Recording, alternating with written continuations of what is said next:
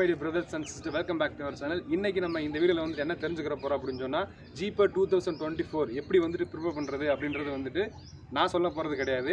யார் வந்து சொல்ல போறாங்க அப்படினு சொன்னா என்னோட ஜூனியர் தான் வந்து என்ன பண்ண போறாங்க அப்படினு சொன்னா சொல்ல போறாங்க. யாரு அப்படினு சொன்னா அவங்க B.Pharm எங்க படிச்சு முடிச்சாங்க அப்படினு சொன்னா ராமகிருஷ்ணால படிச்சு முடிச்சிருக்காங்க. அவங்களோட நேம் வந்து என்ன அப்படினு சொன்னா சசிதரன். இப்போ என்ன பண்றாங்க அப்படினு சொன்னா நைபர் ஹைதராபாத்ல அனலைசிஸ் டிபார்ட்மென்ட்ல வந்து என்ன பண்றாங்க அப்படினு சொன்னா படிச்சிட்டு இருக்காங்க. இப்போ இங்க வந்து படிக்கிறாங்க அப்படினு சொன்னா இதுக்கு முன்னாடி என்ன பண்ணியிருக்கணும் அப்படின்னு சொன்னால் ஜிபேட் கிளியர் பண்ணியிருக்கணும் அண்ட் ஆல்சோ நைப்பர் வந்துட்டு கிளியர் பண்ணியிருக்கணும்.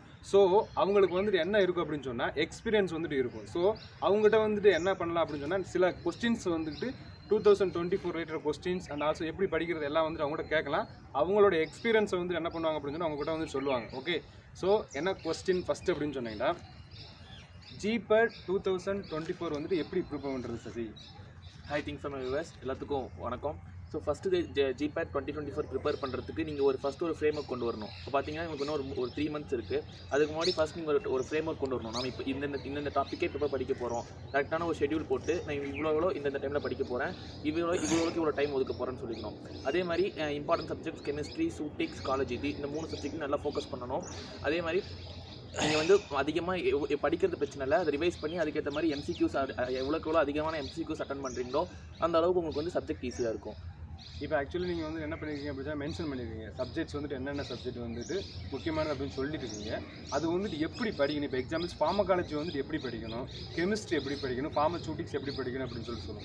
ஸோ கெமிஸ்ட்ரி பொறுத்த வரைக்கும் ரொம்ப முக்கியமானது பார்த்தீங்கன்னா நேமிங் ரியாக்ஷன். நேமிங் ரியாக்ஷன்ங்கிறது நீங்கள் எப்போ படித்தாலும் உங்கள் மனசில் இருக்கணும். Naming reaction and then basic chemistry, electronegativity, basic chemistry ரொம்ப தரவாக இருக்கணும். அதே மாதிரி ஃபார்மகாலஜி பொறுத்த வரைக்கும் ட்ரக் ஆஃப் ஆக்ஷன், அதுக்கப்புறம் ஸ்பெசிஃபிக் ட்ரக்கோட specific side effects, specific uses அதெல்லாம் நல்லா தரவு பண்ணியிருக்கணும்.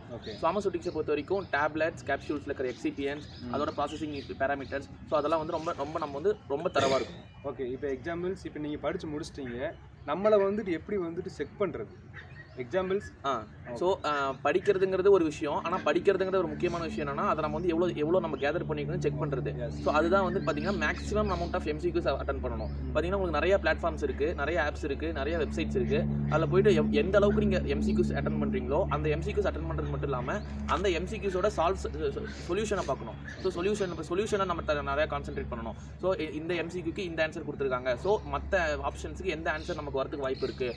ஸோ அதெல்லாம் ஃபோக்கஸ் பண்ணி MCQs தான் வெரி இம்பார்ட்டன்ட். ஏன்னா நீங்கள் எந்த அளவுக்கு மேக்ஸிமம் MCQs அட்டன் பண்ணுறீங்களோ அதுலேருந்து மேக்ஸிமம் கொஸ்டின் வரதுக்கு பாசிபிலிட்டிஸ் இருக்குது. ஸோ நீங்கள் மேக்ஸிமம் MCQs அட்டன் பண்ணிங்கன்னா உங்களுக்கு ஒரு ஐடியா கிடைக்கும். ஸோ கொஸ்டின்ஸ் இப்படிலாம் கேட்பாங்க, இந்த மாதிரிலாம் கேட்க வாய்ப்பு இருக்குது அப்படின்னு. அதே மாதிரி ப்ரீவியஸ் இயர் கொஸ்டின் பேப்பர்ஸில் நிறைய ஃபோக்கஸ் பண்ணணும். ப்ரீவியஸ் இயர் கொஸ்டின் பேப்பர்லேருந்து மேக்ஸிமம் ஒரு சில கொஸ்டின்ஸ் ரிப்பீட் ஆக வாய்ப்பு இருக்குது. ரிப்பீட் ஆகலாம் அந்த பேசிஸில் கொஸ்டின்ஸ் வர வாய்ப்பு இருக்குது. ஸோ அதனால் ப்ரீவியஸ் இயர் கொஸ்டின் பேப்பர்ஸை நீங்கள் வந்து கீப் ஆன் ப்ராக்டிஸிங் பண்ணிகிட்டே இருக்கணும். ஓகே, இப்போ எக்ஸாம்பிள்ஸ் நீங்கள் சொன்னீங்க நிறையா வந்துட்டு ப்ராக்டிஸ் பண்ணணும் அப்படின்னு சொல்லிட்டு நிறைய பிளாட்ஃபார்ம் வந்துட்டு சொன்னீங்க. அதை வந்துட்டு என்ன சொல்லுவீங்க அப்படின்னா மென்ஷன் பண்ணுங்கள், அது வந்துட்டு அவங்களுக்கு வந்து கண்டிப்பாக வந்து ஹெல்ப்ஃபுல்லாக இருக்கும். ஸோ நீங்கள் பார்த்தீங்கன்னா எல்லாத்துக்கும் தெரிஞ்சிருக்கும் GDC, ஃபார்மா மைண்ட் சொல்லிட்டு நிறைய பிளாட்ஃபார்ம்ஸ் இருக்குது. இதில் வந்து பார்த்தீங்கன்னா அப்பப்போ ஃப்ரீ டெஸ்ட் விடுவாங்க, அப்படின்னா சின்ன டெஸ்ட் பேக்கேஜ் விடுவாங்க. அது வந்து பெருசாக இருக்காது, ஒரு 30 rupees 50 rupees இருக்கும். டெய்லி க்யூசஸ்னு வரும், அதுக்கப்புறம் ஜிபேட் டெஸ்ட் சீரிஸ்னு விடுவாங்க, நிறைய டெஸ்ட் சீரிஸ் விடுவாங்க. அது வந்து பெருசாக காஸ்ட்லியாக இருக்குது. அதெல்லாம் நிறைய ஃப்ரீ. முதல்ல இந்த மாதிரி எல்லா யூடியூப் பிளாட்ஃபார்ம் ஃபாலோ பண்ணி வச்சுக்கோங்க, எல்லா ஆப்ஸும் இன்ஸ்டால் பண்ணி வச்சுக்கோங்க.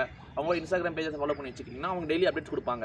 ஸோ இப்போ வந்து இந்த வீக்கில் ஃப்ரீ டெஸ்ட் விட போகிறோம், மார்க் டெஸ்ட் விட போகிறோம்னு சொல்லிட்டு மேக்ஸிமம் ஃப்ரீ டெஸ்ட்டே நமக்கு வந்து போதும்.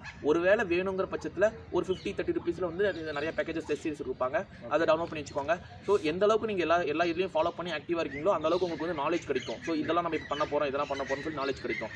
ஸோ இதுதான் முக்கியம். எந்த அளவுக்கு நீங்கள் MCQs அட்டன் பண்ணுறது தான் very important one, first and foremost thing. Okay, இப்போ எக்ஸாம்பிள்ஸ் நிறைய ஸ்டார்ட் பண்ணுறவங்க மீன்ஸ் இப்போ தான் வந்துட்டு ஜிபேட் 2024 ஸ்டார்ட் பண்ணுறவங்க என்ன சொல்கிறாங்க அப்படின்னு சொன்னீங்கன்னா அவங்களுக்கு வந்து படிக்கிறதுக்கு வந்துட்டு ரொம்ப கஷ்டமாக இருக்குது ஸ்டார்டிங்கில். ஸோ அவங்களுக்கு வந்துட்டு ஏதாச்சும் வந்துட்டு புக்ஸ் வந்துட்டு இப்போ அவைலபிளாக இருக்குமா? மீன்ஸ் இப்போ எக்ஸாம்பிள்ஸ் ஒரு 2 புக்கு படித்தா போதும் அப்படின்னு சொல்லிட்டு ஏதாச்சும் புக் இருந்துச்சு அப்படின்னு சொன்னால் மென்ஷன் பண்ணுங்கள், அவங்களுக்கு வந்து ரொம்ப ஹெல்ப்ஃபுல்லாக இருக்கும். ஸோ எல்லாத்துக்கும் தெரிஞ்ச மாதிரி பியர்சன் புக்னு ஒரு புக் இருக்கும், அந்த பியர்சன் கைட் டு ஜிபேட்னு இருக்கும். அந்த புக் பார்த்தீங்கன்னா உங்களுக்கு வந்து ஒரு கம்ப்ளீட் இன்ஃபர்மேஷன் கொடுக்கும். இங்கேருந்து தான் கொஸ்டின் எடுப்பாங்க, இப்படி தான் கொஸ்டின் இருக்கும், சிலபஸ் இப்படி தான் இருக்கும்னு ஃபர்ஸ்ட் நீங்கள் ஸ்டார்ட் பண்ணும்போது என்ன படிக்க போகிறோம் முடிவு பண்ணிக்கோங்க. ஜிபாட் வெப்சைட் போனீங்கன்னா அவங்களோட சிலபஸ் இருக்கும். சிலபஸை ஃபஸ்ட் டவுன்லோட் பண்ணிவிட்டு ஸோ இதில் எனக்கு எது ஈஸியாக இருக்கும் அதில் நீங்கள் முதல்ல பேட்டர்னை பார்க்கணும். இந்த பார்ட்லேருந்து இவ்வளோ கொஸ்டின்ஸ் கேட்பாங்களா, இதில் எதுக்கு நான் இம்பார்ட்டன்ஸ் கொடுத்தேன்னா நிறையா இருக்குது. இப்போ காக்னஸிலாம் பார்த்தீங்கன்னா கண்டென்ட் ரொம்ப அதிகமாக இருக்கும், 10 கொஸ்டின் மட்டும் தான் கேட்பாங்க. ஸோ நம்ம அவ்வளோ டைம் வேஸ்ட் பண்ணி அந்த 10 கொஸ்டின் அட்டன் நம்ம எல்லா கொஸ்டினும் கரெக்டாக அட்டன் பண்ணுங்கிறது நமக்கு ஷூரிட்டி கிடையாது. ஸோ அதனால் எந்த கண்டென்ட் நம்ம படித்தா அதில் மேக்ஸிமம் கவர் ஆகும் அப்படிங்கிறத நீங்கள் வந்து கவர் பண்ணணும்.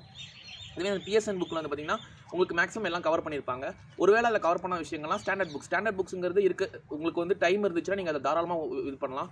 ஸ்டாண்டர்ட் புக்ஸை மேக்ஸிமம் ரெக்கமெண்ட் பண்ணுவாங்க. பட் என்ன பிரச்சனை அதுலனா இது நிறைய கண்டென்ட் இருக்கும், அதுலேருந்து நீங்கள் ஃபில்டர் பண்ணி படிக்கிறது கஷ்டம். ஸோ ஸ்டடி மெட்டீரியல் அவைலபிள் தான் பாருங்கள். அப்படி இல்லைங்கிற பட்சத்தில் டைம் இருக்குது அப்படின்னா ஸ்டாண்டர்ட் புக்ஸ்ல இருந்து இந்த பாயிண்ட்ஸ்லாம் நமக்கு இம்பார்ட்டண்ட்டாக இருக்கும். நீங்கள் படிச்சது உங்கள் பேசிக் நாலேஜ் இருக்கும், 8 செமஸ்டர் எழுதிருப்பீங்க. ஸோ இதெல்லாம் வந்து இதெல்லாம் இம்பார்ட்டன்ட் இல்லை அப்படின்னு தெரியும். ப்ரீவியஸ் கொஸ்டின் பார்த்தீங்கன்னா உங்களுக்கு நாலேஜ் கிடைக்கும். இதில் தான் கேட்பாங்க போல, இதுதான் இம்பார்ட்டன்ட் ஒன்று. நீங்கள் ஒரு 10 கொஸ்டின் தரவு பண்ணிங்கனாலும் கிடைக்கும். அதே மாதிரி நிறையா உங்களுக்கு கொஷின் பேப்பர்ஸ் இருக்குது. அதுக்கப்புறம் வந்து இந்த பிஎஸ்என் வந்து உங்களுக்கு ஒரு நல்ல இதாக இருக்கும். அதுக்கப்புறம் ஸ்பார்ஷன் குப்தான் ஃபார்மா காலேஜில் ஒரு புக் இருக்கும். அது வந்து பார்த்தீங்கன்னா ஒரு எல்லாத்தையும் கம்பைல் பண்ணி ஒரு டேட்டாவை கொடுத்துருப்பாங்க. ஸோ இந்த நான் சொன்னேன் இல்லைங்களா, எது drug of choice, important effect of ட்ரக்ஸ்லாம் வந்து அந்த புக்கில் வந்து நீட்டாக கம்பைல் பண்ணி கொடுத்துருப்பாங்க. ஸோ இந்த இண்டிகேஷன் இந்த ட்ரக் யூஸ் பண்ணணும்னு கம்பைல் பண்ணி கொடுத்துருப்பாங்க. ஸோ அது வந்து நமக்கு படிக்க ஃபார்மா காலேஜ் அப்ரோச் ஈஸியாக இருக்கும். பிஎஸ்என் வந்து எல்லாத்தையும் சேர்த்து ஒரு கம்பெனினா கொடுத்துருப்பாங்க. ஓகே, இப்போ எக்ஸாம்பிள்ஸ் இன்னும் நிறைய பேர் என்ன கேட்குறாங்க அப்படின்னு சொன்னால் கொஸ்டின்ஸ், இப்போ நம்ம ஜிபாட் வந்து 2024 மீன்ஸ் குவாலிஃபை ஆகணும்னா ஏதாச்சும் வந்து நான் இன்ஸ்டியூட்டில் போய் சேரணுமா, நீங்கள் ஆல்ரெடி வந்து சேர்ந்துருக்கீங்களா இல்லை சேராமல் படிச்சிருக்கீங்களா அப்படின்னு சொல்லிட்டு மென்ஷன் பண்ணுங்கள். ஏன் அப்படின்னு சொன்னால் இப்போ வரக்கூடிய ஸ்டூடெண்ட்ஸ் வந்துட்டு என்ன நினைக்கிறாங்க அப்படின்னு சொன்னால் ஏதாச்சும் ஒரு இன்ஸ்டியூட்டில் வந்துட்டு போய் சேர்ந்தால் மட்டும்தான் வந்துட்டு படித்து நம்ம பாஸ் ஆக முடியும் அப்படின்னு சொல்லிட்டு நினைக்கிறாங்க. நீங்கள் இன்ஸ்டியூட்டில் படிச்சிங்களா இல்லை படிக்கலையா, படித்தாதான் பாஸ் ஆக முடியுமா, படிக்கலாட்டி பாஸ் ஆக முடியுமா அப்படின்னு சொல்லிட்டு நல்லா தயவு செய்து ஸ்டூடெண்ட்ஸுக்கு வந்துட்டு எலாபரேட்டாக வந்துட்டு என்ன பண்ணுங்கள், எக்ஸ்பிளைன் பண்ணுங்கள். ஸோ இந்த நான் இன்ஸ்டியூட்டில் சேர்ந்து படித்தா தான் பாஸ் ஆக போகிறது எல்லாத்துக்கும் அப்ளை ஆகாது. ஏன்னா நான் ஒரு லைவ் எக்ஸாம்பிள், நான் வந்து எந்த இன்ஸ்டியூட்லையும் ஜாயின் பண்ணலை. பட் நான் வந்து எல்லா இன்ஸ்டியூட்டை ஜாயின் பண்ணல, பட் அவங்களோட கைடன்ஸ் எடுத்துக்கிட்டேன். யூடியூப்ல பார்த்தீங்கன்னா நீங்கள் ஒரு இன்ஸ்டியூட்டோட கைடன்ஸ் எடுக்கணும்னா நீங்கள் ஜாயின் பண்ணணும்னு அவசியம் இல்லை. அவங்களுக்கு எல்லாருமே ஒரு யூடியூப் சேனல்ஸ் வச்சிருப்பாங்க. அதில் போனீங்கனாலே அவங்க மேக்ஸிமம் உங்களுக்கு கண்டென்ட் கொடுத்துருவாங்க, இதுதான் நாங்கள் படிக்க போகிறேன்னு.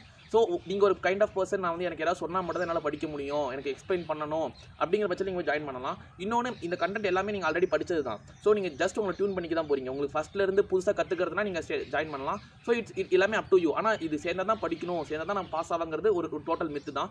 ஸோ இட்ஸ் உங்களோட எஃபர்ட். நீங்கள் எந்த அளவுக்கு எஃபர்ட் போடுறீங்க, கொஞ்சம் டைமாக இருந்தாலும் நீங்கள் இன்ஸ்டியூட்டில் சேரணும் அவசியம் இல்லை. எந்த அளவுக்கு எஃபர்ட் போடுறீங்க, எந்த அளவுக்கு இது பண்ணுறீங்க அதை பொறுத்தா இருக்குது. ஏன்னா வந்து சேர்ந்தா தான் எனக்கு கிடைக்கும், சேர்ந்தா தான் எனக்கு நோட்ஸ் கிடைக்கும் அப்படிங்கலாம் கிடையவே கிடையாது. ஸோ ஒரு சில இன்ஸ்டியூட்டில் பார்த்தீங்கன்னா நீங்கள் பல்கான அமௌண்ட் கட்டாமல் நோட்ஸ் மட்டுமே உங்களுக்கு வந்து தனியாக ஒரு இதில் இருக்குது. ஸோ சம்திங் 200-300 நோட்ஸ் மட்டும் கொடுப்பாங்க. அதே நோட்ஸ் தான் அவங்க இன்ஸ்டியூட்டில் ஜாயின் பண்ணி படிக்கணும், அதே நோட்ஸ் அவங்க ப்ரொவைட் பண்ணுவாங்க. பட் அடிஷனல் என்ன பண்ணுவாங்க, அவங்க டீச் பண்ணுவாங்க. ஸோ இவங்களுக்கு வந்து நோட்ஸ் மட்டும் கொடுப்பாங்க. எனக்கு நோட்ஸ் மட்டும் நான் பார்த்து படிச்சுப்பேன் அப்படிங்கிற போது உங்களுக்கு இன்ஸ்டியூட் பண்ணணும் சேரணும்னு அவசியம் இல்லை. But it all depends. So எனக்கு கைடன்ஸ் வேணும், எனக்கு டெய்லி யாராவது வந்து அவங்க வந்து டெய்லி அதையும் நீங்கள் பார்க்கணும், ஷெடியூலோட உங்களுக்கு ஃபிக்ஸ் பண்ணணும். ஏன்னா உங்களுக்கு டெய்லி கிளாஸஸ் இருக்கும், அவங்க டெய்லி கிளாஸ் இருப்பாங்க. ஸோ அதனால நீங்கள் ஒருவேளை காலேஜ் போயிட்டு வந்துட்டு என்னால் அவங்க டெய்லி கிளாஸஸ் நான் வந்து அட்டன் பண்ண முடியுமா, அட்டன் பண்ண முடிஞ்சால் மட்டும் தான் உங்களுக்கு அதை சேரக்கூடிய பெனிஃபிட் இருக்குது. ஒரு நீங்கள் ஃபீஸ் பே பண்ணிட்டு அவங்க கோர்ஸை ஜாயின் பண்ணிட்டு அவங்க டெய்லி ஈவினிங் 2 hours கிளாஸ் எடுப்பாங்க. ஒரு காலேஜ் ஸ்டூடெண்ட்டாக, ரெகுலர் ஸ்டூடெண்ட்டாக நீங்கள் காலேஜ் போயிட்டு வந்து ஈவினிங் கிளாஸ் ஜாயின் பண்ணி திரும்ப கவனிக்கிறது கஷ்டம். ஸோ நீங்கள் அதுக்கப்புறம் ஜாயின் பண்ணி அது ஒரு வேஸ்ட் ஆஃப் டைம் தான். நீங்கள் வெறும் அவங்ககிட்ட நோட்ஸ் மட்டும் வாங்கி வச்சு அதை நீங்கள் படிக்கலாம். So it's all depends upon you.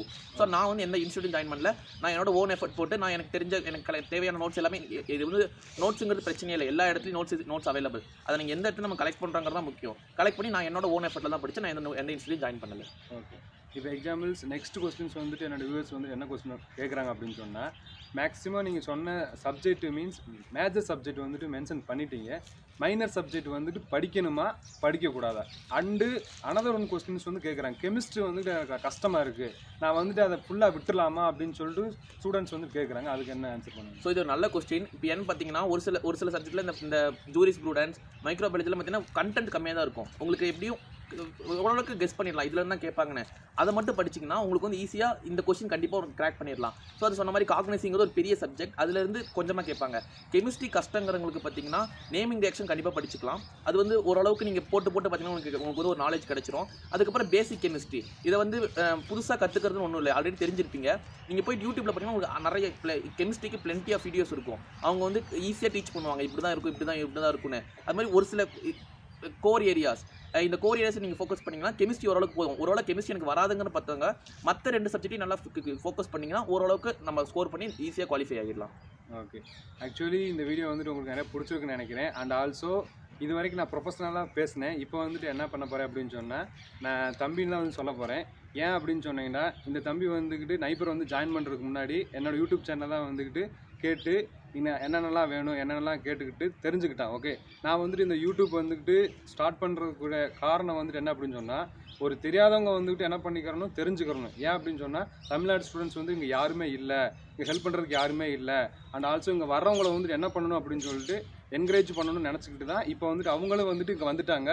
So இந்த பையனை வச்சு ஏன் வீடியோ போகிறோம் அப்படின்னு சொன்னால், இதுக்காக வரக்கூடிய ஜெனரேஷன்ஸ் வந்துட்டு இன்னும் வரணும் அப்படின்றக்காண்டி தான் வந்துட்டு வீடியோ போகிறது.